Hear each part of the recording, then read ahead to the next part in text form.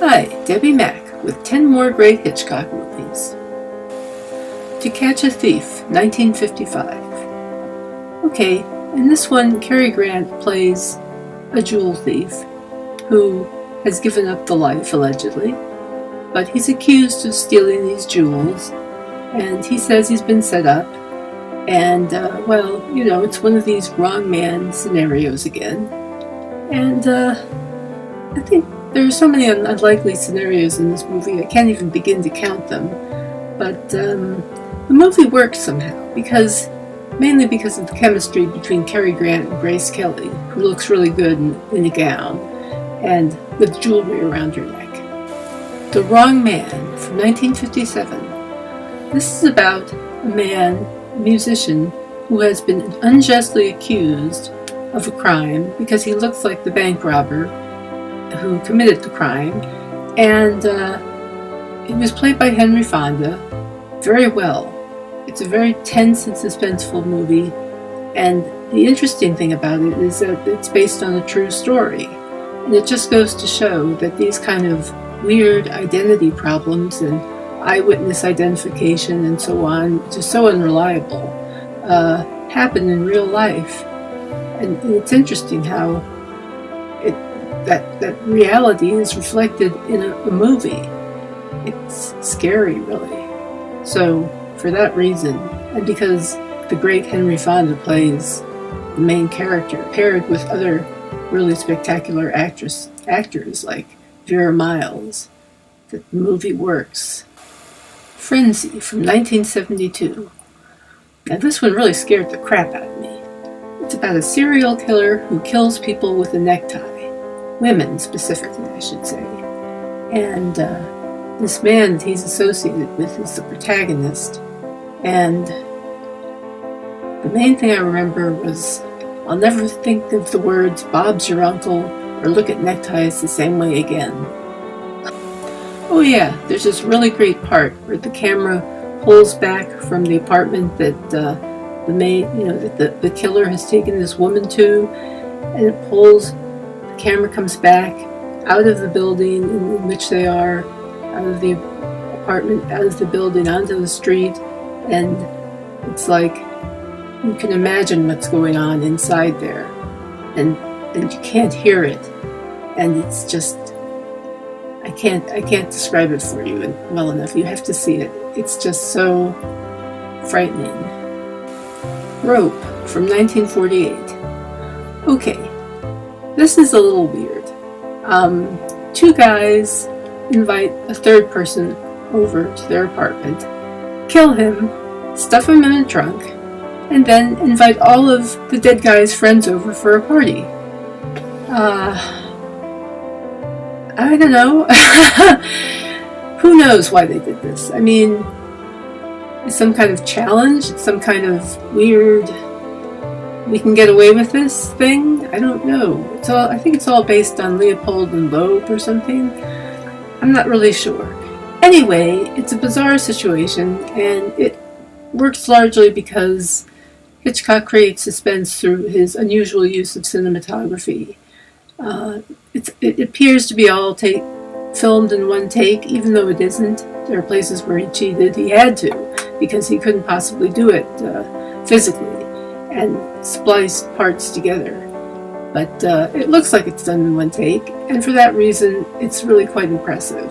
And it's also very suspenseful. It's got Jimmy Stewart and a number of really great actors in it. Spellbound, from 1945. Ingrid Bergman plays a psychiatrist who's helping Gregory Peck uncover his true identity, again with the identity issues. Hitchcock likes those, and maybe that's why I like Hitchcock so much.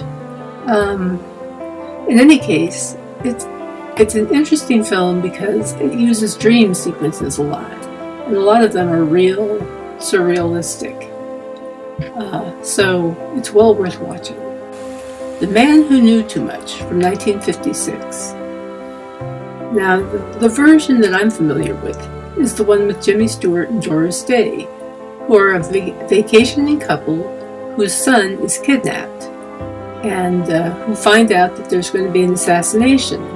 and it all revolves around the kidnapping and the kidnappers.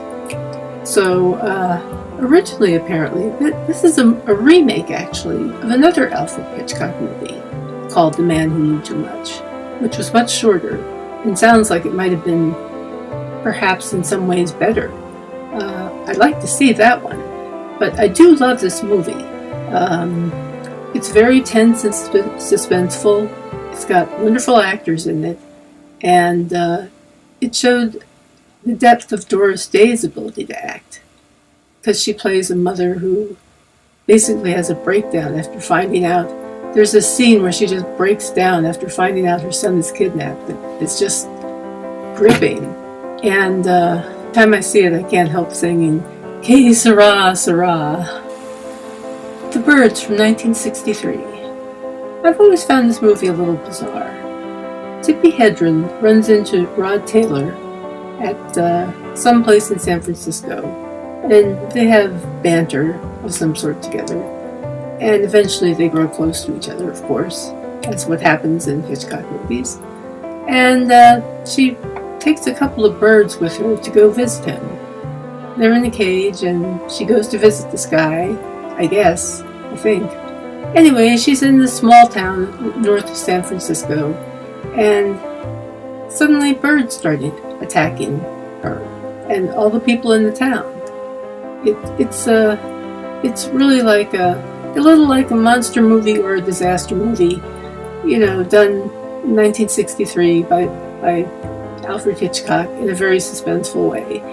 And it's just, I don't know, I've just never understood why the birds hated Tippi Hedren so much, and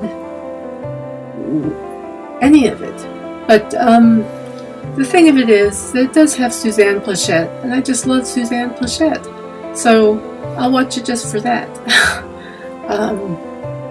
Otherwise, The Birds is a highly suspenseful movie and scary when you think about it. I mean, in a way, Hitchcock seems to be saying the birds are getting back at us for something, and maybe there's even an environmental angle to that movie somewhere. The way we treat wildlife, etc. I don't know what I'm talking about. North by Northwest from 1959. Now, for years I've told people that this is my favorite movie of all time. But if it's not my favorite movie of all time, it's certainly one of my favorite Hitchcock movies. Cary Grant plays Roger Thornhill, an ad executive who's mistaken for a murderer. Well, he's framed, actually. He's set up.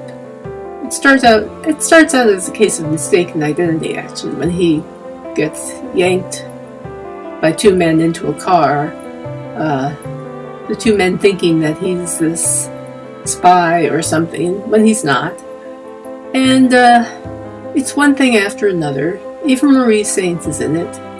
She's of course his love interest. And I won't say anything more except to say, watch out for crop dusters when you're out in the middle of nowhere. And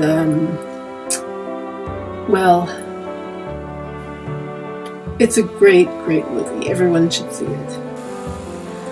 Vertigo from 1958. Okay, this is supposed to be Hitchcock's cinematic masterpiece, which it is in many ways. It's got a lot of great shots. The vertigo effect is the main character, Jimmy Stewart, looks down and has these acrophobia moments where everything seems to just go out like that or down. And the scene on the stairway, which people probably know about or not. Maybe I won't reveal any spoilers, like that damn article I read in the paper before I went to see the movie. There are parts where he's looking down the stairs and the stairs just extend down and down. Anyway, the point being that Vertigo is about a man who is asked to follow this man's wife, this other man's wife, and it's really kind of bizarre. I mean, has to be kind of a leap of faith or suspension of disbelief or something for you to really buy this. There's another woman who comes along after he sort of falls in love. Oh, I'm going out of order. He sort of falls in love with the woman he's supposed to follow, and then she dies. She kills herself, it appears. And then he finds this other woman who looks somewhat like her. Actually, exactly like her. Except that she has brown hair instead of blonde. Okay, so I'm not going to say anything more, except to say that it's a fun movie and really suspenseful, and the California scenery is gorgeous. Psycho from 1960. Is it really a spoiler for me to say that Anthony Perkins plays the title character? This movie is great. It has some wonderful people in it. Martin Balsam and Vera Miles and, of course, Janet Leigh, who gets knocked off real early, and a big surprise twist because she was a big star at the time and nobody would have expected that. The whole movie starts out as one thing and ends up as another, and that's another great thing about this movie. Furthermore, it shows how you can make a horror movie without using a whole lot of blood, guts, and special effects. It's all cinematography, and it works. After I saw this movie, I had the hardest time just getting into the shower.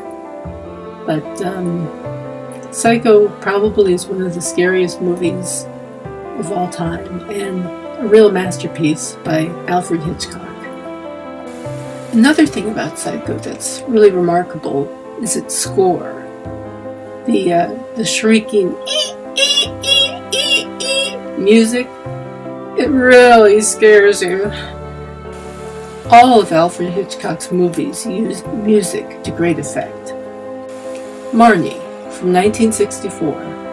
Tippi Hedren plays this woman who has a lot of problems. She's a serial thief and has all sorts of baggage from her past related to her mother. And so she goes around to different employers stealing from everybody. And somehow she comes across this guy, played by Sean Connery, who decides he's going to try to help her out. And to do that, he marries her. And she turns out she's frigid. And well, I guess maybe it would have been a good idea to figure out that part before they got married. But in any case, Marnie is a very interesting movie, psychologically and cinematically. There are all these uses of color, and the psychology of it is fascinating. So she also likes horses, so I like that. And the fact that it takes place partly in Baltimore is another plus. So I enjoyed Marnie and would recommend it. And here's our own cat Marnie making a cameo appearance. What do you think of Hitchcock, Marnie? Really? Me too. Aww, you're so sweet.